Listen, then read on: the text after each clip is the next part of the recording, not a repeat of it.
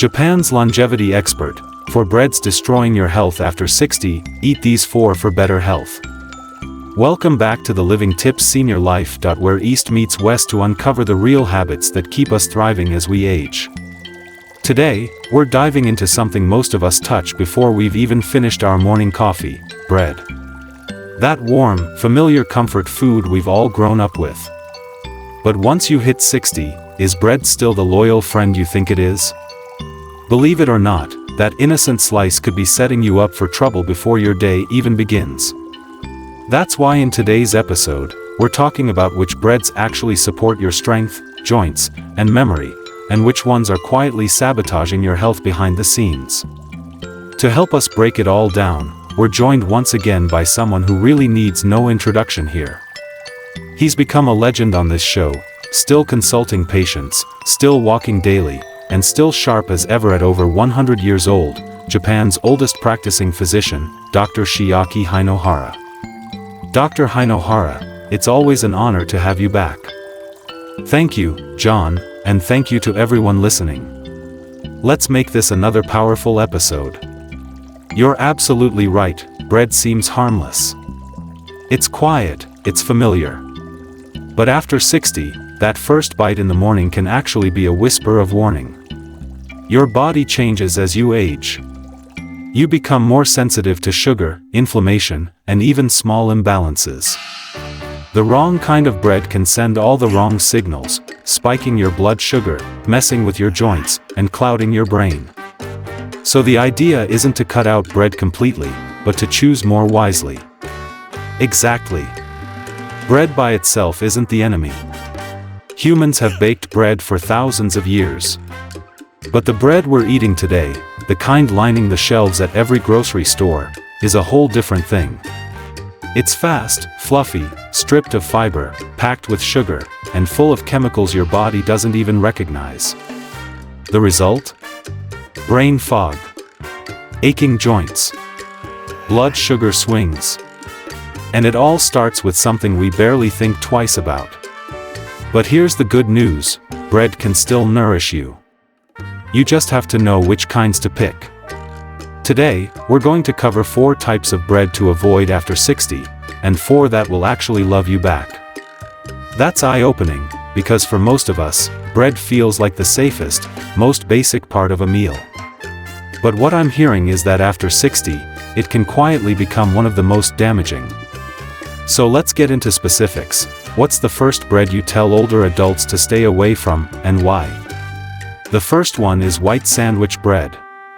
It's everywhere, from toast in the morning to sandwiches at lunch, even on hospital trays. It's marketed as soft, easy, and comforting. But for seniors, it's one of the most harmful things you can eat on a daily basis. Why? Because it's made from highly refined wheat flour. Most of the time, that flour is bleached, stripped of its fiber, and then enriched with synthetic nutrients that your aging gut can't even absorb properly. When you eat white bread, you're not getting slow, steady energy. You're getting a sugar rush, a glucose spike. That spike triggers insulin, and then you're on a roller coaster, one that leads straight to inflammation. In your joints, in your brain, even in your blood vessels. That's a real surprise. A lot of people see enriched or fortified on the label and assume that means they're making a healthy choice. Are you saying those added nutrients don't actually help much, especially for seniors? Exactly. Those added nutrients are usually synthetic, poorly absorbed, and don't come close to replacing the natural minerals and fibers that were taken out during processing. It's like cutting down a tree, then gluing on plastic leaves. It might look the part, but it can't nourish anything.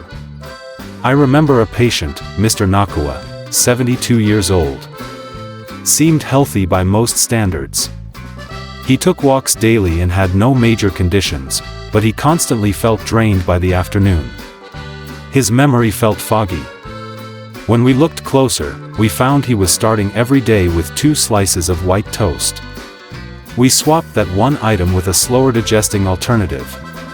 Within a few days, his energy stabilized. By the second week, he said his mind felt sharper and his knees stopped aching before noon.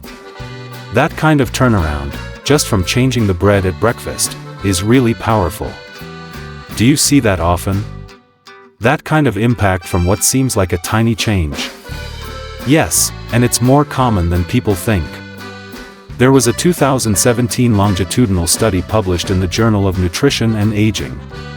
They followed over 2,000 seniors for 5 years. The group that regularly ate refined grains, like white bread, showed faster cognitive decline, higher levels of inflammation, and a greater risk of prediabetic conditions. So, even though white bread feels harmless, after 60 it becomes a kind of silent attacker. My advice? Treat it like sugar, something for the occasional treat, not a daily habit. That really reframes the way we look at something as ordinary as toast. And I know for a lot of people listening, they've already moved on from white bread, thinking they've made a healthier switch. One of the most common replacements I see, especially in older adults trying to be mindful, is multigrain bread. It looks rustic, has seeds on top, and the label usually says whole or natural. But is that actually a better choice, or are we falling into another trap? It's actually one of the trickiest ones. Multigrain bread gives off this aura of health, but the reality depends entirely on how it's made. Most of the time, what you're getting is just white bread in disguise. There might be a few grains sprinkled on top or mixed in here and there, but the base is still refined wheat flour. That means you get the same fast digestion, the same blood sugar spike, and the same inflammation, just wearing a seed-covered jacket. Wow. That's surprising because so many people honestly believe that multigrain means healthy. They're trying to do the right thing. And that's where the labeling tricks people. Words like multigrain or made with whole wheat sound great, but they're not guarantees. If the first ingredient on the label isn't 100% whole grain, then it's probably misleading. A lot of companies use caramel coloring to make the bread look darker. They'll add molasses or other sweeteners to give it that hearty flavor and longer shelf life. So it may taste rich and rustic, but it could still be harming you, contributing to joint pain, higher blood sugar, and insulin resistance. So even the dark brown color can be fake? Exactly. I've had patients tell me, I switched to multigrain, why am I still feeling bloated, why are my ankles still swelling? We dig into it and realize they've just been eating a dressed-up version of the same old refined bread. But when we replace it with truly whole, sprouted bread, the kind your body actually knows how to break down, the difference shows up fast. Not just in lab results, but in daily life. Walking upstairs feels easier. Remembering names gets smoother. That's amazing, and honestly, a little frustrating, because people are trying to make smart choices. They just don't have the full picture. Exactly. And there's another layer most people miss, how the grains were treated. If the grains in your bread weren't soaked or sprouted, they can be harder to digest, especially for older adults with slower gut movement. That leads to bloating, gas, and digestive stress. And that kind of internal stress doesn't just stay in the belly, it affects mood, memory, even how well you sleep. Just because it says gluten-free doesn't mean it's actually good for you, especially after 60. In fact, many gluten-free breads are even worse than the ones they're meant to replace. That's right.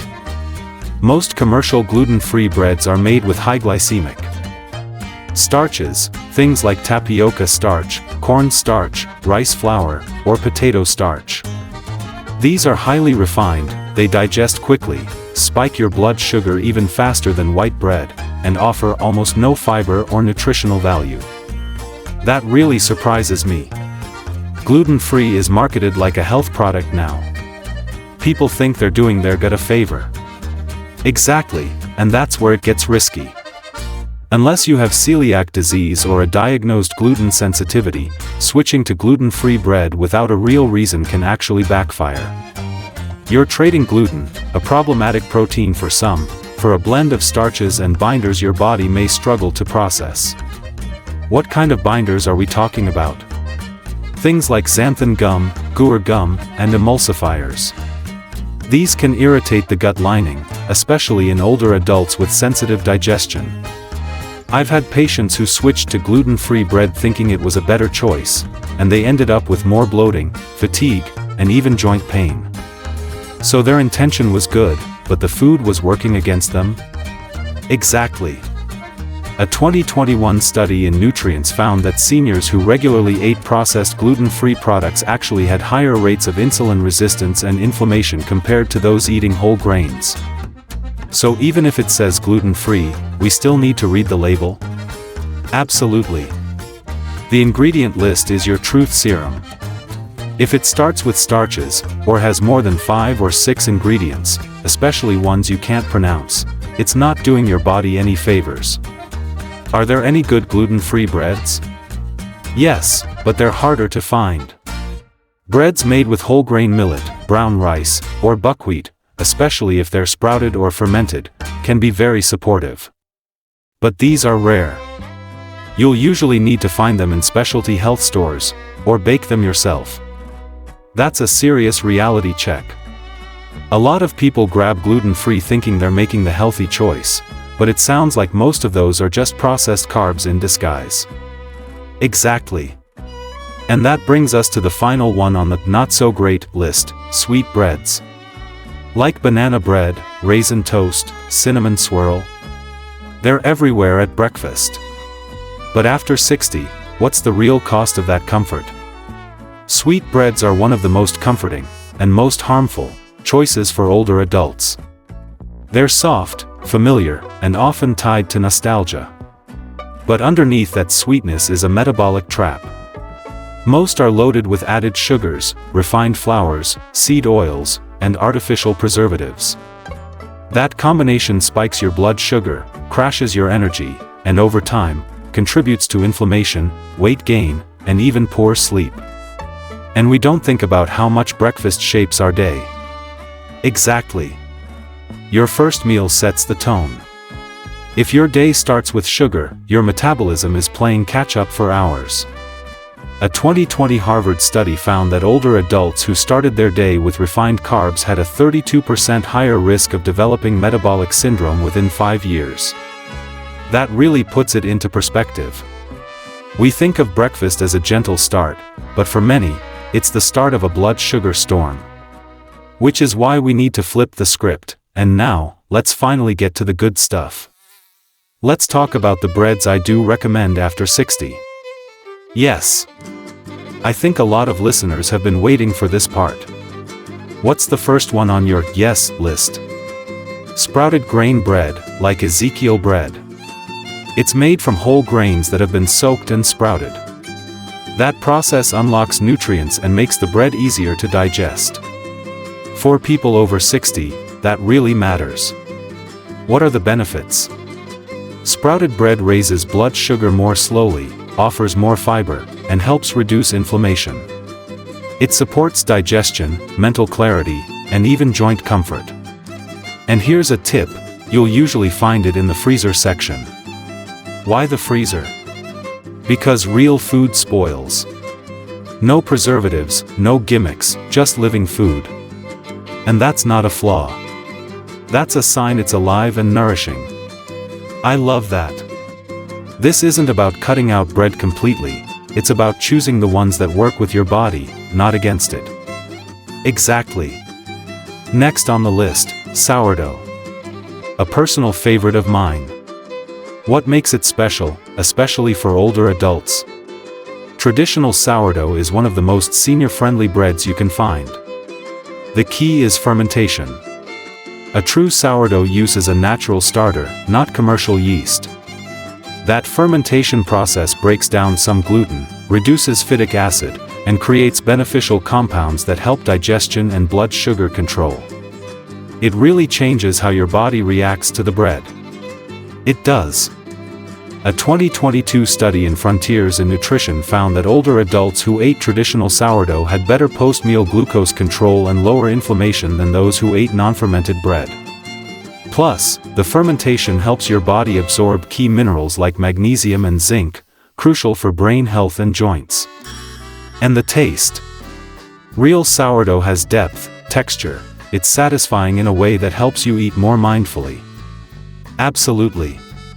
When food satisfies deeply, you naturally eat less, and that supports better metabolism. So we've got sprouted grain bread, sourdough, and what's next? Whole grain rye bread, especially the dense, seeded, dark rye you often see in traditional European diets. Not the fluffy, deli-style rye. No, those are often sweetened and made with white flour. You want whole grain rye, with few ingredients and whole rye flour listed first. Rye contains a unique fiber called arabinoxolin, which slows digestion, regulates blood sugar, and feeds beneficial gut bacteria. That's huge for people over 60. Our gut health and microbiome diversity naturally decline with age. Exactly. And a 2021 Scandinavian study in the Journal of Internal Medicine found that older adults who ate rye regularly had improved insulin sensitivity and lower inflammation compared to those eating wheat-based bread. So we're not just talking about slower carbs, these are smarter carbs. Well said. And if you found this episode helpful, share it with someone you care about, especially if they're navigating food choices after 60. It's small changes like this that add up to big differences in energy, mood, and long-term health. Exactly. Bread isn't the enemy, it's just misunderstood. The right kinds of bread can become a source of nourishment, comfort, and even healing as we age. But it starts with awareness. So next time you're at the store, take a pause. Flip that label over. Ask yourself, is this helping my body, or just filling space? Because after 60, we deserve more than just filler. We deserve food that respects our years, food that works with our biology, not against it. Beautifully said. Thank you again, Doctor. And thank you to all of you for tuning in. Until next time, stay mindful, stay kind to your body, and remember, you're not just getting older. You're getting wiser. This has been another episode of Wise Years, Strong Lives. Don't forget to subscribe for weekly tips on aging well and living fully. See you next time.